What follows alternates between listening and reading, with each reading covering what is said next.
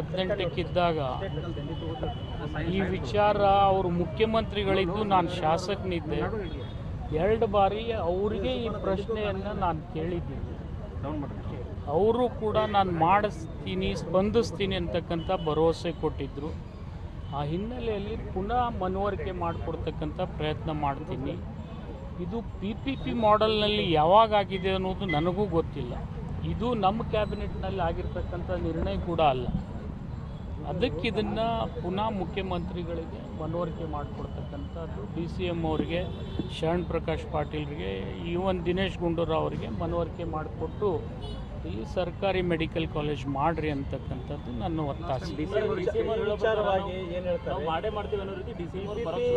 PPP ಮಾಡ್ತೀವಿ, ಅದಕ್ಕೆ ಕಾರಣ ಏನಂತಂದರೆ ಕೇಂದ್ರ ಸರ್ಕಾರದ ಅನುದಾನ ಕೊಡಲ್ಲ, ನೀವು ಸ್ಥಳೀಯ ಏನು ಈ PPP ಮಾಡೆಲ್ ಆಧಾರಿತವಾಗಿ ಮಾಡಿಕೊಂಡು ನೀವು ಮಾಡಬಹುದು ಅಂತ ಕೇಂದ್ರ ಸರ್ಕಾರದ ಸೂಚನೆ ಐತೆ ಸೆಂಟ್ರಲ್ ಗೈಡ್ಲೈನ್ಸ್ ಅಂತ ಉಪಮುಖ್ಯಮಂತ್ರಿಗಳು ಹೇಳಿದ್ದಾರೆ ಸರ್. ಪ್ರತಿಯೊಂದು ಜಿಲ್ಲೆಯಲ್ಲೂ ಈಗ ಅದನ್ನು ಬದಲಾವಣೆ ಮಾಡೋಕ್ಕೇನು ಸಮಸ್ಯೆ ಇಲ್ಲಲ್ಲ.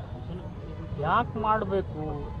PPP ಮಾಡೆಲ್ ಮಾಡಿದರೆ ರೋಗಿಗಳಿಗೆ ದರ ನಿಗದಿ ಮಾಡೋದು ಕೂಡ ಕಾಲೇಜ್ ನಡೆಸ್ತಕ್ಕಂಥವ್ರ ಕೈಯಲ್ಲಿ ಅಧಿಕಾರ ಬರ್ತದೆ. ಅದನ್ನು ಕೊಡಬಾರ್ದು. ಮತ್ತು ಸರ್ಕಾರಿ ಮೆಡಿಕಲ್ ಕಾಲೇಜ್ ಇದ್ದರೆ ಯಾವುದೇ ರೋಗಿಗೆ ಅತಿ ಹೆಚ್ಚಿನ ಹಣ ಕೊಟ್ಟು ಚಿಕಿತ್ಸೆ ತಗೊಳ್ತಕ್ಕಂಥ ಅವಶ್ಯಕತೆ ಬೀಳೋದಿಲ್ಲ.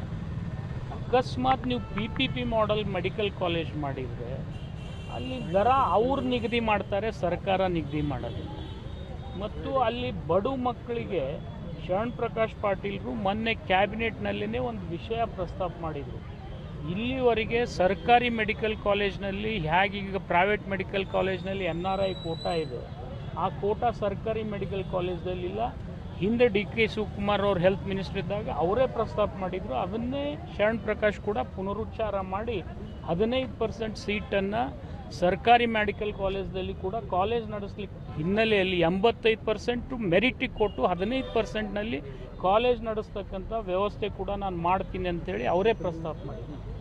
ಆ ಹಿನ್ನೆಲೆಯಲ್ಲಿ ಯಾವುದೇ ಹೊರೆ ಸರ್ಕಾರಕ್ಕೆ ಬರೋದಿಲ್ಲ ಇಲ್ಲಿ ಮೆಡಿಕಲ್ ಕಾಲೇಜ್ ಆದರೆ.